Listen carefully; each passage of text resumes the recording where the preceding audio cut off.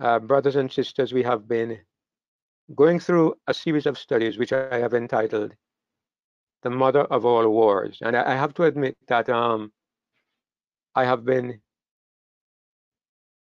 blessed as much as everybody else. The thing is, as we are going through these studies, my own understanding and my own perspective is improving. There's a verse in the Bible, I think it's Jesus who said it, that maybe it's not Jesus, but it says that the soul that watereth, he shall himself be watered, something to that effect. And it's true. I am being blessed, and I hope that we are not only being blessed, but that we might be motivated to share these lessons with other people. I think that is so important. When I look at even the One God movement, which I believe God has called, God has led the One God movement to a place of higher understanding of himself, of his identity. But it is distressing sometimes to see how locked this movement is in legalism, and how stagnant and immobile the movement is. And I believe that people really need to understand this bigger picture that we are looking at. So I want to encourage all of us to share these messages as far as we are able to do. Now, today I want to look at the subject of the new covenant. I know this is something that everybody in this room should be very, very familiar with. But what I believe is that we can, when we put things in context, when we look at it in the context of the other messages, sometimes we get a deeper understanding. And I think the new covenant is very important because it is an integral part of God's great plan of restoration. Let me just remind us at the beginning of the three great issues that are at stake in this mother of all wars. And I will always be reminding us of these three things because they are the things that keep us in perspective. The first issue was that Satan attacked the character of God. He has distorted, deformed it, lied about God until today. Almost the entire planet has a perverted understanding of the kind of person God is. That's issue number one. And what we saw was that Jesus dealt with this issue. In his life and his death, he revealed God in a way that the universe had never seen before, that anybody who looks at Jesus can never again have any reasonable questions as to the kind of person that God is. Then we looked at the third issue, which I'm putting second here because Jesus dealt with it second. The third issue was that Satan hijacked the human race, made captives of humanity, and brought us all under his umbrella, and we became the slaves of sin and the subjects of Satan. Jesus dealt with this when he broke the curse on the cross. He broke the curse and he saved us and delivered us from the dominion of sin.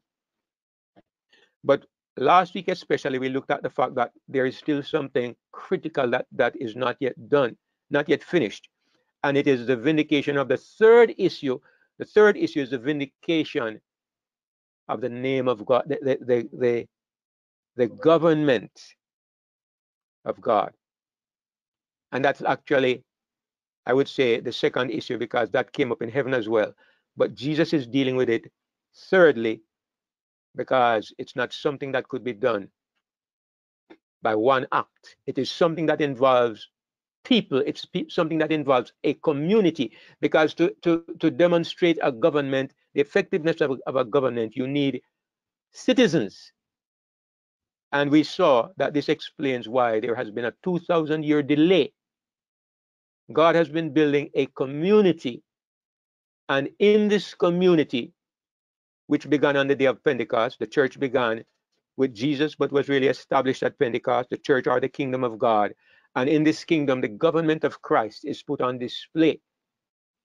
And this government will finally be perfected and vindicated and demonstrated to the universe in the final moments of time as a part of the process of what the Bible refers to as the Day of Atonement. So in a nutshell, that is where we are.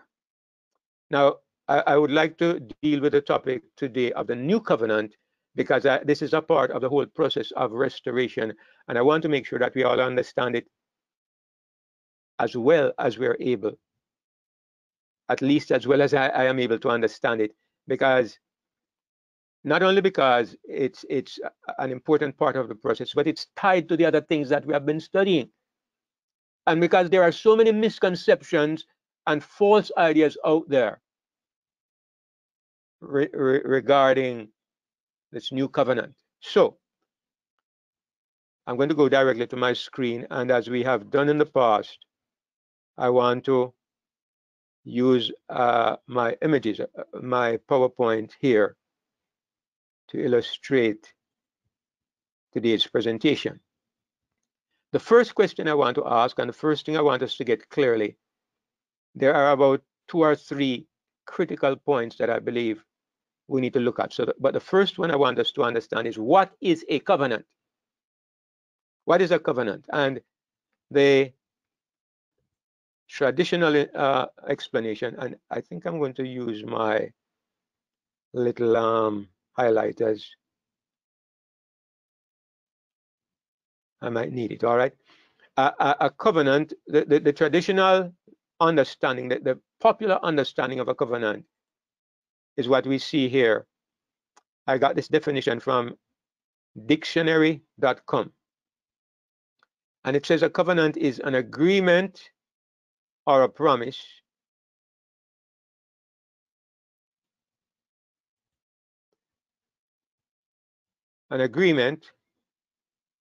usually formal, between 2 or more people or groups, and it's an agreement to do or not to do something specified.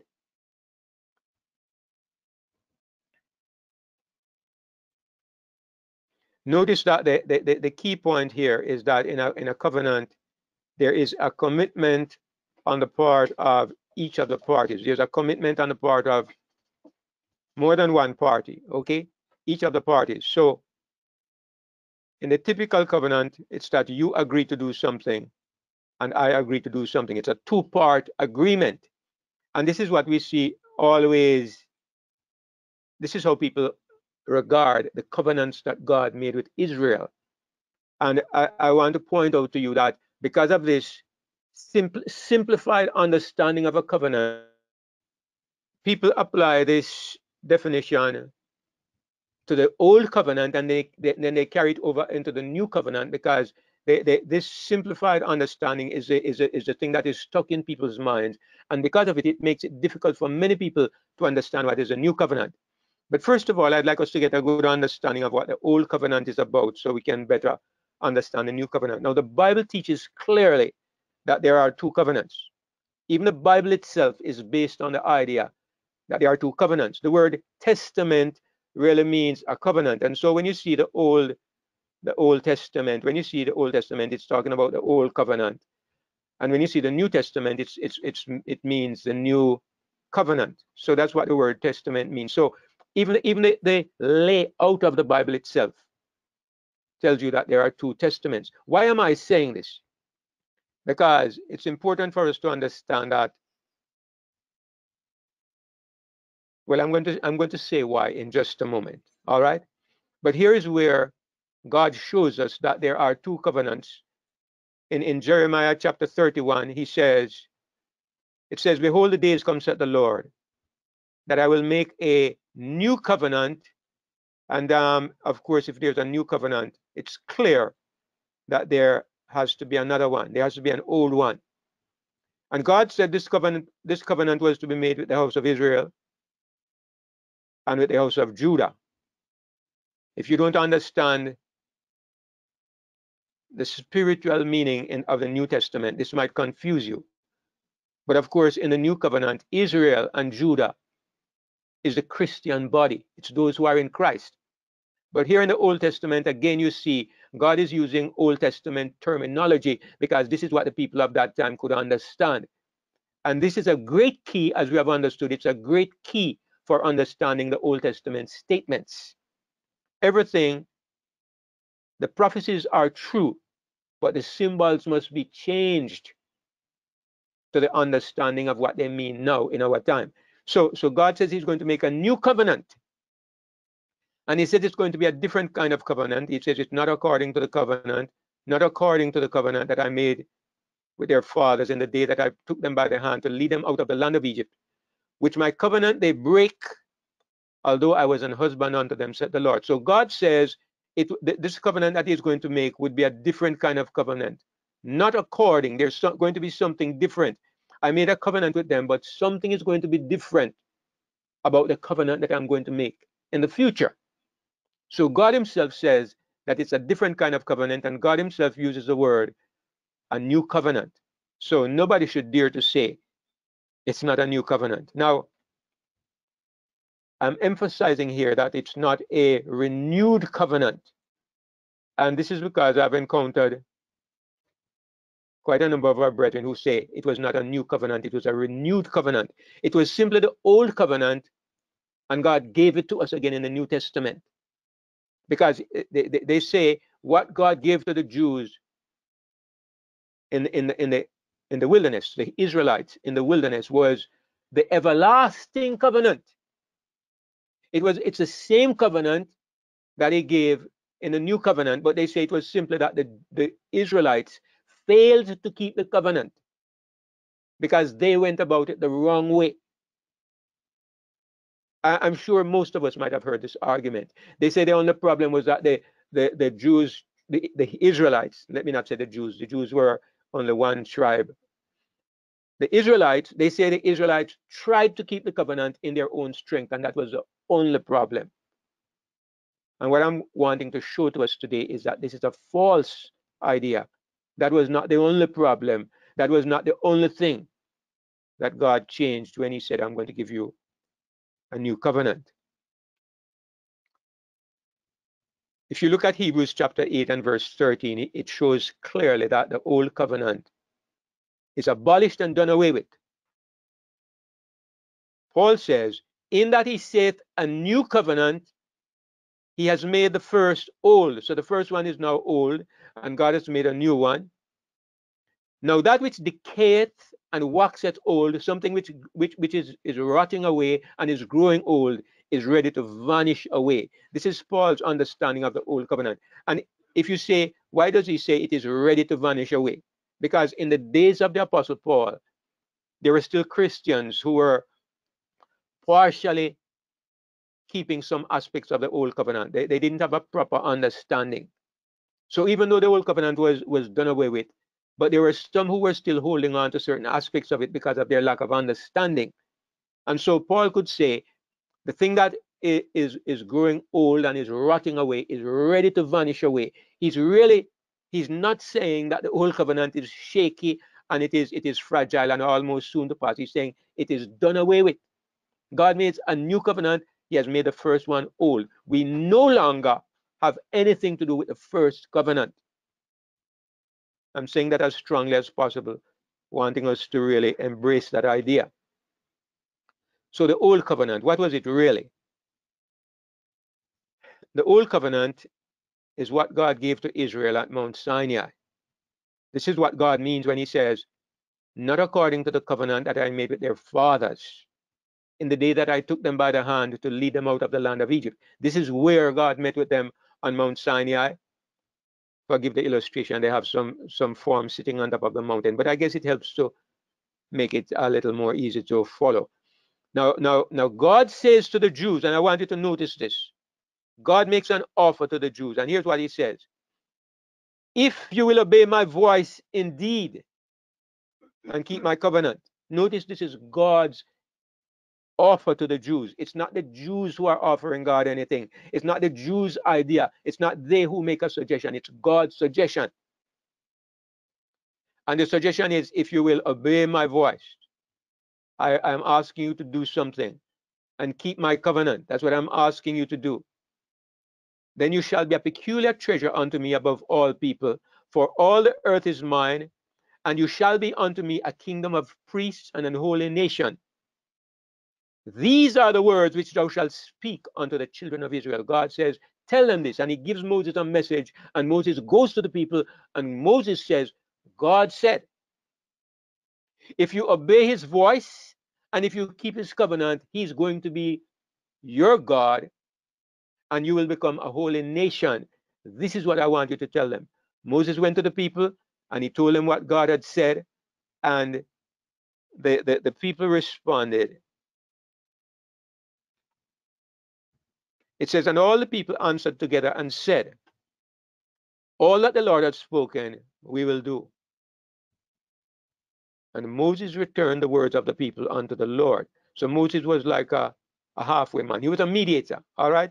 He went between God and man, and he carried God's messages to the people, and he carried the people's messages to God. Now, the people said, we will do. Now, I've met upon people.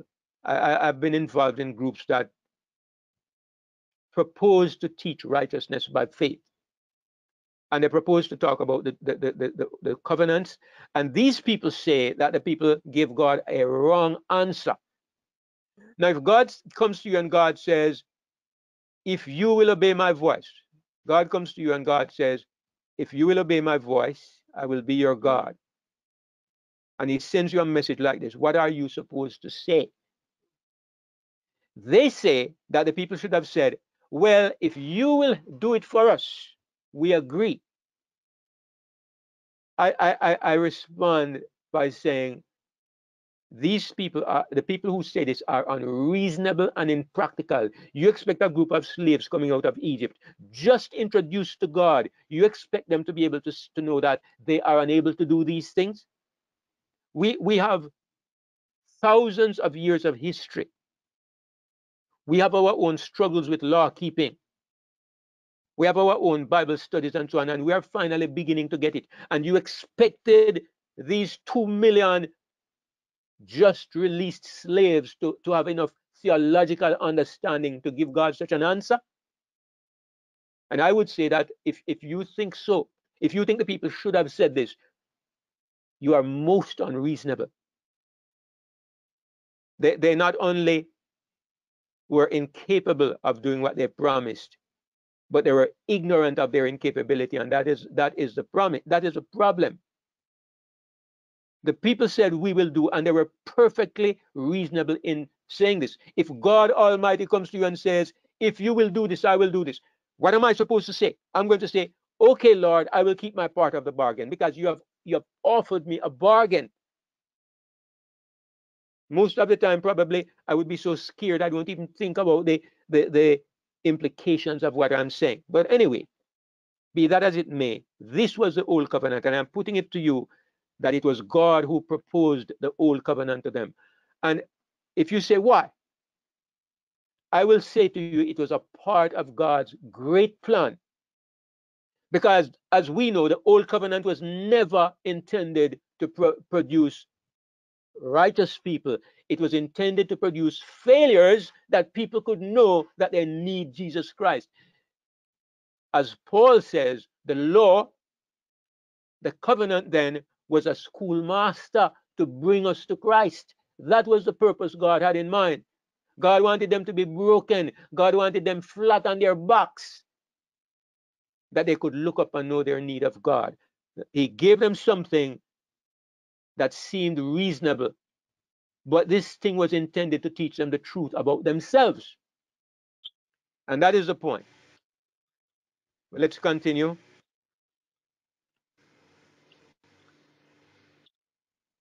The key element of the Old Covenant was the Ten Commandments. And you can read this in Exodus 34, verse 28, and other places. It says, he was there with the Lord 40 days and 40 nights. He did neither eat bread nor drink water. And he wrote upon the tables the words of the covenant. There you see that the Bible clearly tells you that the words of the covenant were the Ten Commandments. Okay? Nobody needs to question what was the covenant. It was the Bible tells you it was the words of the Ten Commandments. These were the words of the covenant.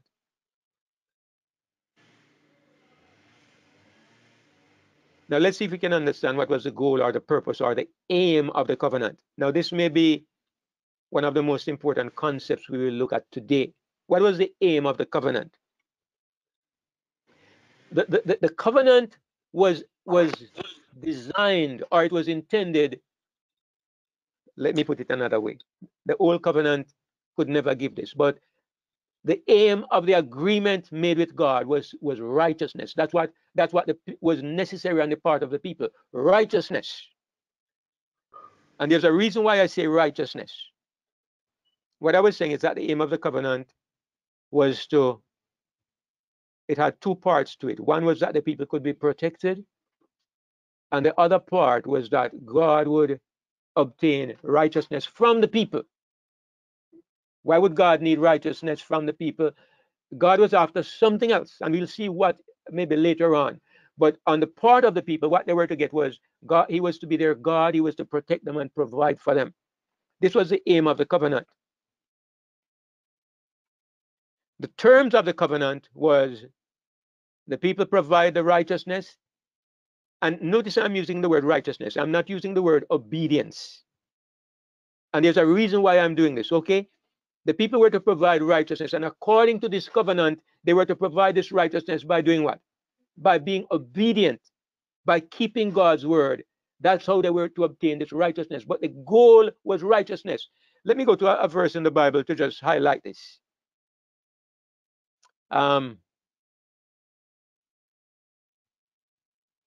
I think it's in Galatians. I don't want to have to look for it, but let me look. I think it's in Galatians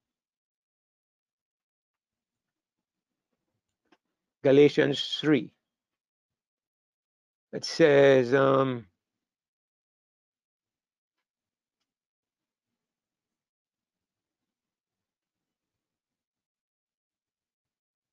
right, see it here in verse 21. Is the law then against the promises of God? God forbid. For if there had been a law given which could have given life, truly, verily, righteousness should have been by the law. The goal was righteousness. The goal was life. That is what God was after. If you even go to Romans chapter 7, there's another verse here, Romans 7. Let me just highlight it again.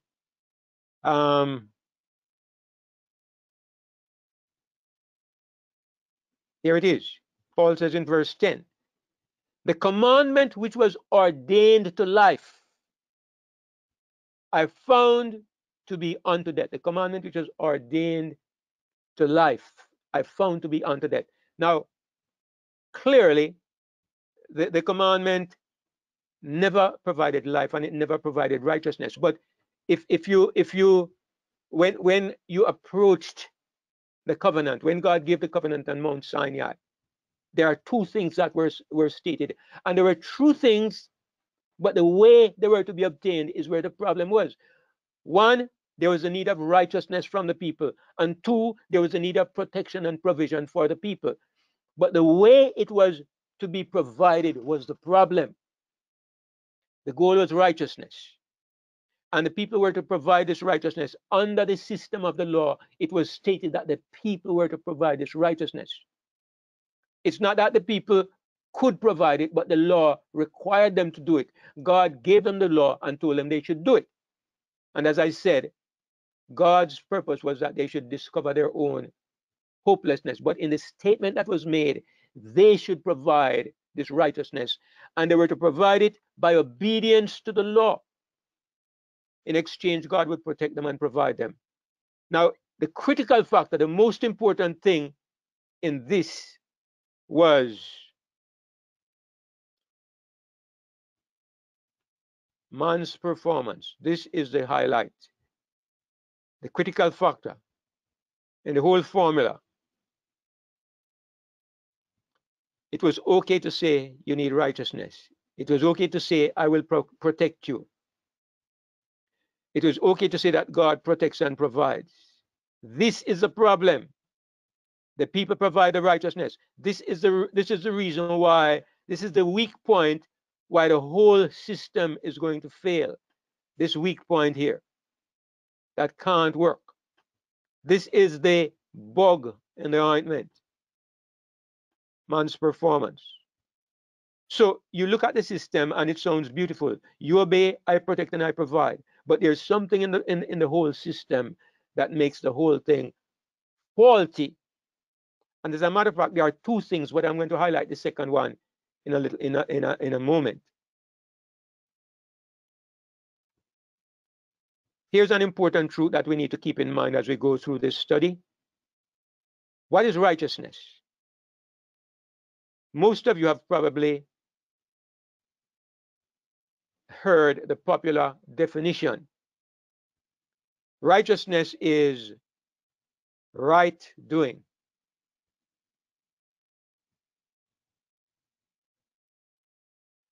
Righteousness is a doing word. I suppose we'd say righteousness is a verb. Okay? This is the popular understanding. And I'm going to say to you that this understanding is 90% of the problems we have sometimes when we are trying to do a proper study on righteousness by faith. We see righteousness as a doing word. It has to do with performance. This misunderstanding creates the misconception that righteousness is connected to performance. It becomes inescapable that righteousness is tied to the law. And when righteousness is tied to the law, the consequence is always that you end up with legalism. Because legalism, I'm going to give you my definition of legalism. You can think about it. Legalism, in my understanding, is a religion that is based on the law. It's a religion that is focused on the law. That's what is legalism. And you end up in legalism in the name of righteousness by faith. How do those two things come together? How can you be focusing on righteousness by faith? How can your ministry be aimed at righteousness by faith and you end up as a legalist? The reason is because your righteousness is tied, your concept of righteousness is tied to the law. You always see righteousness as relating to the law. You see righteousness as right doing. It's a behavioral concept. This is a huge misunderstanding. And let's move on and see what righteousness really is. True understanding, this is my, again, I'm going to say this is my definition. And I'm saying it's my definition because it's contrary to the popular understanding, but it's not my definition really. It's what you get when you study the Word of God. Righteousness is not a kind of behavior. It's not a series of activities. Righteousness is a state. It's the state of being right, not doing right. It's a state of being right with God. If you understand the messages that we have been sharing together over these months and years as to how we become right with God, what it means to be right with God, you can pick up immediately where the validity of what I'm sharing. The common belief is that you fall out of harmony with God because of your behavior. Sin is a behavior. That's a common understanding. What we have learned is that sin is a state. It's a state relating to your relationship with God. You are born in a condition, and when you are born again, you are in a different condition. So sin and righteousness are two conditions, not two kinds of behavior. If sin is a behavior related to how you relate to the law, then righteousness would be a behavior related to how you relate to the law. Both things are equal in that respect. But since sin is not a series of actions, but is a state of being, righteousness is the same thing. It's a state. Now, I would like to define righteousness as Let me see if I can scribble this. I can try. It's the state of rightness.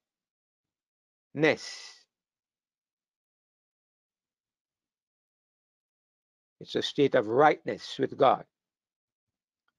Not if I take away the word righteousness and I put the word rightness, maybe you get a different understanding. Because how can a person be right in the eyes of another person? The legalists say the only way you can be right is you have to go and do what is right. You have different ways of being right. For example, if I were to do something to offend Brother Andrew, let us say I was to come into his home and I was to take away something that belongs to him. I have done something wrong, and something is wrong in the relationship between us. Now, there are two ways that I could seek to fix that problem. One is I could return what I took. But another way is if Brother Andrew says, Brother David, what you did doesn't matter to me at all. I receive you and I accept you as my brother as though nothing ever happened between us. 100%. Now, that is hard for a human being. But if that were possible and he could do this, then things are right between us again. Things are right between us. And yet I never did anything right. You see what I'm saying? So if you view righteousness as a kind of, as related to performance, then you will always have a single narrow-minded concept.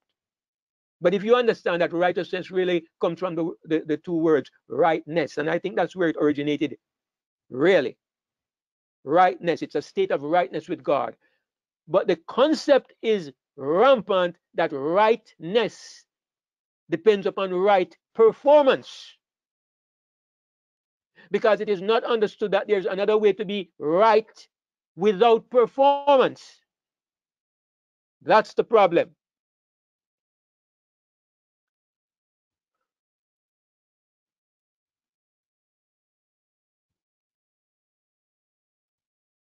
Being right with God is not based on how well we perform, but we discover it is based on whether or not we trust God. I'm not going to say too much about this, but this is where this is what we have come to understand.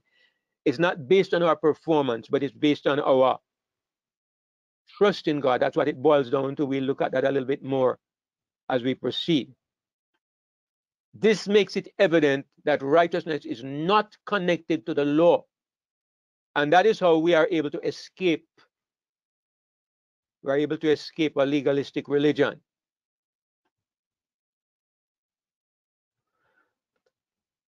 I don't know how important this is for most of us, but for me, it is very important, because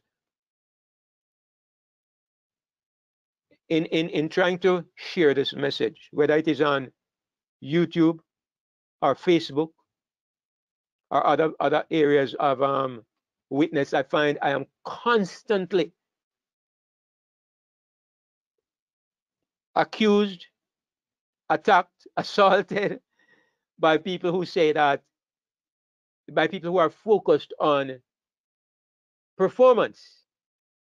And they have a great deal of objection to what I'm trying to share this morning. But sometimes I feel that it's because they never stop to listen and to understand what is being said. And I believe, we might meet upon the same kind of issue. People are law-oriented, and they don't see that when you are law-oriented, you cannot escape a legalistic religion. Your religion, those of you who bother to go on Facebook and who get into discussions there, it is painful. It is distressing to see the level of legalism that is promoted there in the name of righteousness. Everything is fixated on the law, especially if you go into the circles of Adventism. Everything is related to the law. And yet many of these brothers and sisters, they say they are promoting righteousness by faith.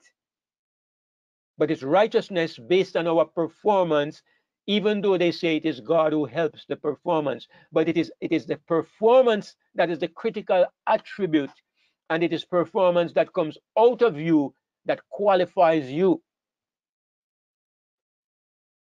It is when we can come to the place that we understand that righteousness is not connected to the law. It's not connected to the law. The law is irrelevant when it comes to righteousness. I'm going to say it that way. That's when we can come to understand that we can come to escape from a legalistic religion. Now, Israel immediately got into problems because as soon as Moses went upon the mountain, the Lord said unto Moses, "Go, get thee down, for thy people which thou broughtest out of the land of Egypt have corrupted themselves. They have turned aside quickly out of the way which I commanded them." They went ahead and they made this golden calf and they worshiped the calf. The first problem, Paul highlights it, and I just want to bring it to the fore. These poor Israelites never knew. But here's the problem. For we know that the law is spiritual. God gave them something spiritual. But I am carnal. Paul wasn't speaking of himself as a Christian. He's speaking of himself as he was as an Israelite. I am carnal. Here was a group of carnal people, and that's why I'm saying they came out of Egypt. They were incapable. They didn't know. But here was the problem. You have a spiritual law and you have a carnal people. And what does it say about when you are carnal? The carnal mind is enmity against God. It is not subject to the law of God. So God could have given them 5,000 laws on Mount Sinai, or he could have given them one instead of 10. It doesn't matter. The consequence, the result would have been the same, because the carnal mind is not subject. It's an impossibility. It's not subject to the law of God, and it cannot be. Neither indeed can be. So that was the first problem that you had in that Mount Sinai situation. The first problem was carnal people. And carnal people means incapable people.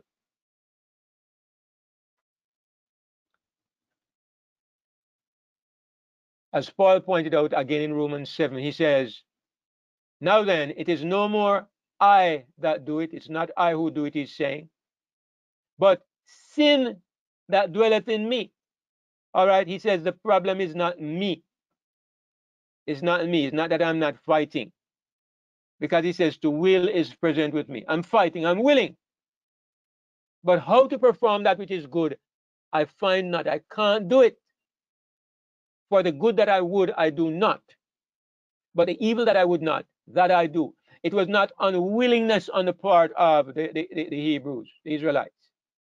It was incapability. They couldn't. Not because they wouldn't, but they couldn't. And that is why, it's a little unreasonable if we blame the Israelites. I mean, we do blame them. We do highlight their weaknesses. We do highlight the things they got into. But if you think of it objectively, this is the reason why we can sympathize with sinners. This is the reason why we don't condemn people who do less capably than we do, because we understand many times it's not unwillingness. Somebody calls me a nasty name. Somebody steals from me. Somebody behaves in a rude, uncivil manner to me. My human instinct is to get upset. But when I stop and remember the doctrine of the two Adams, when I remember the doctrine of sin as we are studying it here, I can forgive them. I can understand.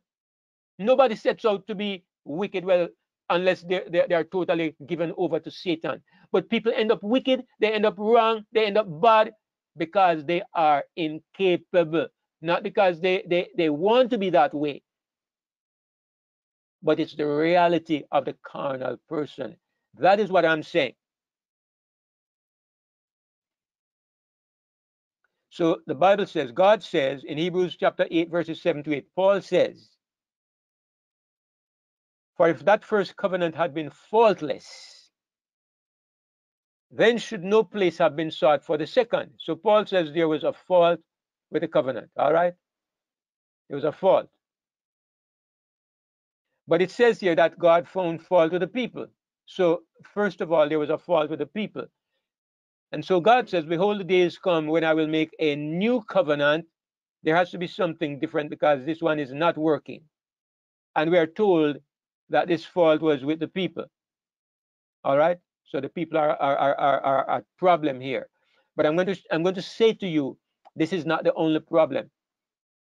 Because if this was the only problem, then all that God would do is fix the people. But God did more than fix the people. The second problem,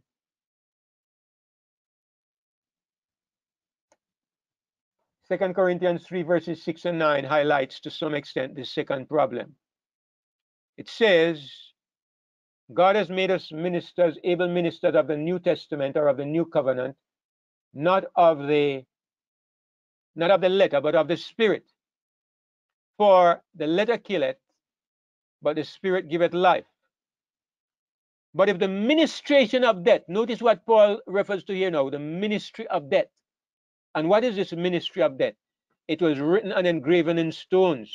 He's talking about the Ten Commandments, and he's calling it the ministry of death. So it's not just that there was a problem wrong with the people. You have to say there was a problem with the ministry itself. Further on, I'm going to skip a little bit because my time is running out. Further down, he refers to it as the ministration of condemnation. All right, so there was also a fault. There was also a fault with the format of the law, not just the people, but the format of the law. The law was letter. It was not spirit, and that was the second problem with the covenant, because the law was in a form where it could demand something of you. It could tell you what you needed to do. It could tell you what it wanted, but it left you helpless. So it's not just that the people were a problem, it's that the master over the people was also a problem, because the master was incapable of recognizing that the people are incapable. It's like a man who beats a child over and over because the child cannot walk. Or let's say, for example, the child has a speech impediment. He cannot say the. He always says the. The. His tongue cannot make the th sound. He says the. And his master, whether the teacher or his parents, beats him over and over to say the. And he keeps on saying the, because his tongue is tied and he cannot lift his tongue. And so he's beaten over and over for something that he cannot fix. And this was the law. It wasn't just that the people were incapable. It was that they were under a system that was beating them for their incapability. So both the people were wrong and the system was also wrong, because the system is requiring what it cannot supply. So this is how it is with the letter of the law. The letter of the law can look at you and tell you, do this, do this. It cannot help you, but it condemns you. That's why Paul says, when the commandment came, sin came to life and I died. The commandment which was ordained to life, which was intended to give life, or which was supposed to give life, I found to be unto death. That's the problem with the letter. As long as you relate to the letter, you will always fail, because the letter demands, but it cannot give. The spirit of the law is what we really need, and we'll come to that in just a moment. What is the difference? The letter is written instructions. As I said, it tells you what to do, and that's all it can do. The spirit is a living person. 2 Corinthians 3 and verse 17 says, the Lord is that spirit. And that is why, brothers and sisters, I have a great problem with the brethren who says that this is how we get the spirit. It is through internalizing written instructions. That's what it means that we have the Holy Spirit. These brethren will deny that Christ actually lives in you. And this is what they promote. All right? I know we are not focusing on negativity this morning, but still I have to bring that up, because it's a part of the reality of what we live in. It's a part of the reason why I am very strongly opposed to those who believe that it is the words of Christ that is the spirit. Yes. The words are nothing but written instructions. And that is what kills. And the spirit is a living person. That is what gives life. And based on what we just said, you can see written instructions can tell you what to do. It cannot help you. A living person does not tell you what to do. But as we go to the next point, you will see the letter is outside of man while the living person is inside of man. So he not only tells you what to do, he gets inside of you and does through you and in you what needs to be done. This is a good husband. This is a good master. He doesn't stand aside and demand of you. He comes and he holds your hands and he strengthens you and he does through you what needs to be done. This is a difference. It's not just a difference where it says, okay, the words that were outside, I'm going to put those words inside.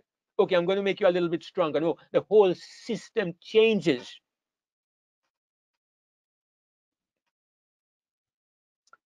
The letter acts on the intellect. And my goodness, you find so many Christians who are Christians by intellect. They can give you a Bible study, they can speak the right words, but the ministry of the Spirit, it speaks on this, it acts on the Spirit. It's a living person inside of man, and it acts on your spirit. And that is where change comes from. That is where you are changed, where hate becomes love. And where discouragement becomes vibrant encouragement. And where failure becomes victory. That takes place in the spirit, not in the intellect. What you have in the intellect is sophisticated self-righteousness. What you have in the intellect is a form of godliness. And that's what the ministry of the letter does. The letter depends upon your response and on your abilities. The spirit depends on God's abilities. So these are the differences, brothers and sisters, between the two kinds of ministry. And that is why, obviously, the old covenant was a temporary system, as we pointed out week before last. Now, the definition of ministry, I don't think we need this, but let me just go through quickly. Ministration means ministry, means administration, it means government. So it's two systems of government. You have the government of the letter, or the administration, or the ministry, the way you are served. And then you have the ministry of the, I beg your pardon, then you have the ministry of the Spirit. The effect of the ministry of the letter. The law, it says, worketh wrath. And the word wrath in the Bible, especially in the New Testament, many times people understand it to mean God's anger, but more often than not, it simply means condemnation. Condemnation is wrath. It's a state of being where you are under condemnation. Now, the law produces condemnation, because where no law is, there's no transgression. Paul said if there's no law, then nobody can break it. And so there's no problem. You are not condemned. But once the law comes in, you are condemned. Why? Because you cannot do what it is demanding. So the only thing you get is condemnation. Somebody says to me, David, carry this bag. It's 200 pounds, but I have a back problem and I'm not very strong. And it keeps on telling me, carry this 200-pound bag. All it can do is condemn me, expose my weakness, and set me up for punishment because I cannot do it. But yet it is the law. It may be the right thing to do. But for me, it is condemnation. And if somebody had not said this, I would not be condemned. I would not have had to break the law. That's what Paul is saying. That's how the ministry of the letter works. All it can do is bring condemnation. And so Paul says, I was alive without the law once, but when the commandment came, sin revived and I died. For many people, for people who are under the ministry of the law, it is something like this. The law becomes a rule of behavior, a stick that does nothing but beat you continually and condemn you and make you aware of your limitations. That's what the ministry of the law does. You either end up being broken or you end up pretending that you are keeping it when you know you are not. So as I said, there's a twofold problem. The people were weak and incapable, while the law was perfect and uncompromising. That's problem number one. Problem number two was the government of the law. The government or the law required what was impossible. If I cannot do it, you should not require it. So you have a problem with the way the law works, and you have a problem with the condition of the people. And so two things needed to be changed. The system required the right thing of the wrong person. There was need of a change of government. Paul says, when he talks about the new covenant and the change of government, he says, sin shall not have dominion over you. The word dominion means to be your master, to control you. Why? For you are not under the law, but you are under grace. So, what does he mean by saying that sin shall not have dominion over you? That's another complete study. But here you have it illustrated. The law, sin works like this chain around a man's neck. Paul says he is a slave to sin. He was a slave to sin. Sin was his master when he was in this condition of being under the law. The law puts you in a place where you are not able to escape from sin. And yet you are chained to sin. The law does not help you, and yet it is demanding something of you. And under this condition, sin always dominates your life. And Paul says the way to escape from this is that you're no longer under the law. Beg your pardon. You're no longer under the law. You come to the place where you're under grace. As I pointed out, the goal was rightness with God. Rightness. A better concept of righteousness. Rightness with God. How to be right with God. The law, the way of the law, is to require man to be obedient through obedience to the law. To require man to be righteous by obedience. That was the first way. The second way, the way of the new covenant, is to make man righteous by bringing him to peace with God independently of his behavior. All right? If you can take man's behavior out of the way, and yet you can make him righteous. If you can find a way to take away man's behavior and still make him righteous, you have solved the problem. Remember, the goal is not obedience, the goal is rightness.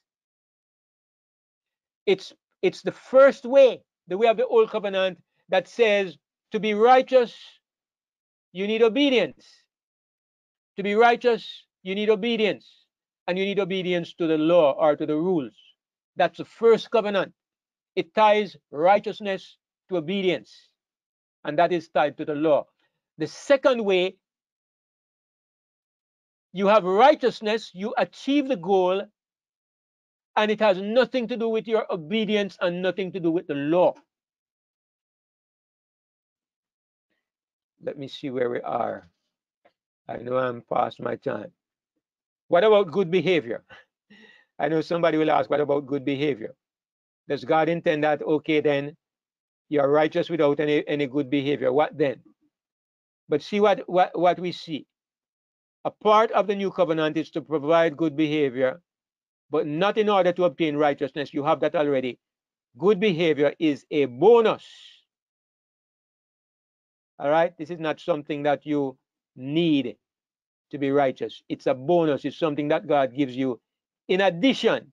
But we must understand that this is a bonus. This should not come into this discussion when we are talking about righteousness. This is how righteousness comes, independently of behavior. The good behavior is the bonus. All right? I know we might probably have some questions at the end, but I am rushing because I have not completed my thoughts, and I know that we are already over time. So Romans 8 verses 3 and 4, Paul says what the law could not do, in that it was weak through the flesh. We have been looking at this. It was weak because of the flesh. God sending his own son in the likeness of sinful flesh, and for sin, condemned sin in the flesh, that the righteousness, there you have it, the rightness of the law, the rightness demanded by the law, might be fulfilled in us, who walk not after the flesh, but after the Spirit. Now, Paul says it's the righteousness of the law, because it's the righteousness that is demanded by the law, not that the law provides it, because I wanted to look at what it says next. But now, Paul says, the righteousness of God, this is what we need, without the law. Without the law, God has given this righteousness, the thing that we needed, the thing that the law demanded but couldn't give. And because it demanded it and couldn't give, God found a way to give it without the law. He eliminated the law from the process. He eliminated the law. Because where the law is in the picture, first of all, it creates challenges for us. Because even when we are born again, even when we have this gift of the new life, sometimes we might stumble. And if we stumble sometimes, what then? It means that we are gone back to the place where we were before. We need the death of Christ all over again. But no, God's new system makes allowances for the times that we stumble, because the times that we stumble, they don't matter in terms of righteousness. They don't matter, because we are saved by grace through faith, not the righteousness of the law. Therefore, if you happen to stumble, it does not matter where righteousness is concerned. It matters in terms of your witness, yes, but it doesn't jeopardize your salvation unless you completely reject Christ. Because our righteousness is God's righteousness, and it is without the law. And if it is without the law, then the law cannot come in to argue that we have broken it. That's what God has done for us in the new system.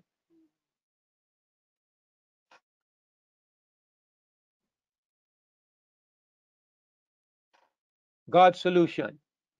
This shall be the covenant that I will make with the house of Israel after those days, said the Lord. I will put my law in their inward parts. Now, God talks about my law, and sometimes this misleads people. Put my law in their inward parts, and write it in their hearts. And I will be their God, and they shall be my people, and they shall teach no more every man his neighbor and every man his brother, saying, know the Lord, for they shall all know me. Now, to me, this is a greater part of the statement. This is the greater part of the statement. Do you know why this first part is there? Because the people that Jeremiah was speaking to, the people that God was speaking to through Jeremiah, all they understood was righteousness by the law. And when God talked about giving them a new way of pleasing him, a new way of being acceptable, God put it in the context of the law, because that is all they could understand. But God says he would put it somewhere where it could actually not be written. Put it in their hearts.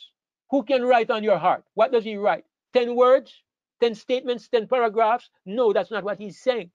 What he's really saying, he's going to give you a new heart, a different kind of heart. He's going to make you into a new person. And the key element is that they shall all know me. This is the point, because what is it that God was after? Let me pause a little bit to just make a point here. You have to break through all the smoke and get to the real point. You know what was the real point? The real point was that there was alienation between man and God. Man was wrong with God, and man needed to be right with God. And the rightness is what we refer to as righteousness. But what is the condition of this rightness? You know what it was? You can compare it to a broken trust between friends. Friendship broken, that is it. The fault was on our part. It was on Adam's part, and we inherited it. There was a fault on our part. And God came first of all, and God says, okay, we can fix this relationship. You know what you need to do? You need to obey the law perfectly, and we can fix this relationship, because he wanted to teach them something. But you cannot fix broken trust. You cannot fix a broken covenant by trying to perform your way into favor. What they needed was a state of friendship between themselves and God. And that's what God found a way to do. When he says, I will put my law in their inward parts, he didn't just give them rules. He gave them himself through his son. He gave his son to become one with us, to live in our hearts, to bring God into our hearts. Can you be more reconciled to God than having God living in you? Can you be more right with God than to have God himself being a part of your life? Can you be more right with God than that? If God has come to make his life, his person, a part of your person, can you add to that blessed relationship through your performance? And that is the point. This is what the new covenant is about, brothers and sisters. It's about more than simply a kind of way of keeping the rules. And every time you come back to that, you introduce legalism into your religion. I praise God that I respect the Ten Commandments. And by the grace of God, I endeavor to walk by the Ten Commandments. But they are not my righteousness. And they are not the basis of the relationship between me and God. That is the point. The whole problem is because in every argument about righteousness, some of our brethren are always bringing in the Ten Commandments because their religion is law oriented. We need to be God and Christ oriented and understand that this was what God was always after: reconciliation and oneness with the people. And that oneness is not based on our performance, it's the righteousness of God without the law. And the final thing I want to say, I want to highlight, is this verse. God puts it probably even a little better than in Jeremiah here. Well, who am I to say God does one thing better? Yeah, let me put it that way. God puts it more clearly in Ezekiel than in Jeremiah, because God says, he doesn't put it in the context of the law. He says, a new heart also will I give you, and a new spirit will I put within you. And I will take away the stony heart out of your flesh, and I will give you an heart of flesh. And I will put my spirit within you, and I will cause you to walk in my statutes. You notice that even here, God highlights again the keeping of the law as a part of the process. Because as I said, if you are talking to the Israelites in the Old Testament, how can you help them to understand what they need? You always put it in the context of law and obedience, because it was the only thing they could understand. They knew nothing about the living relationship with God that Jesus introduced to us, where God is our Father, where Jesus comes to live inside of us. They could not know this. And so the best way God can explain it is, I will put my law inside of you. I will cause you to obey these laws, because that's how they understood righteousness. And yes, we do walk in harmony with those rules, but not because they have anything to do with our righteousness. And so we are said to be the letter of Christ, written not with ink, but written with the Spirit of the living God. That is what we have, brothers and sisters. We are a letter, we are an epistle of God, an epistle of Christ, and people can look at us and they can see the signature and the handwriting of God in our lives. So this is what Paul says. And the last verse I will use is just to remind us that we are not made ministers of the letter, but we are ministers of the Spirit. This is our message, because the letter kills while the Spirit gives life.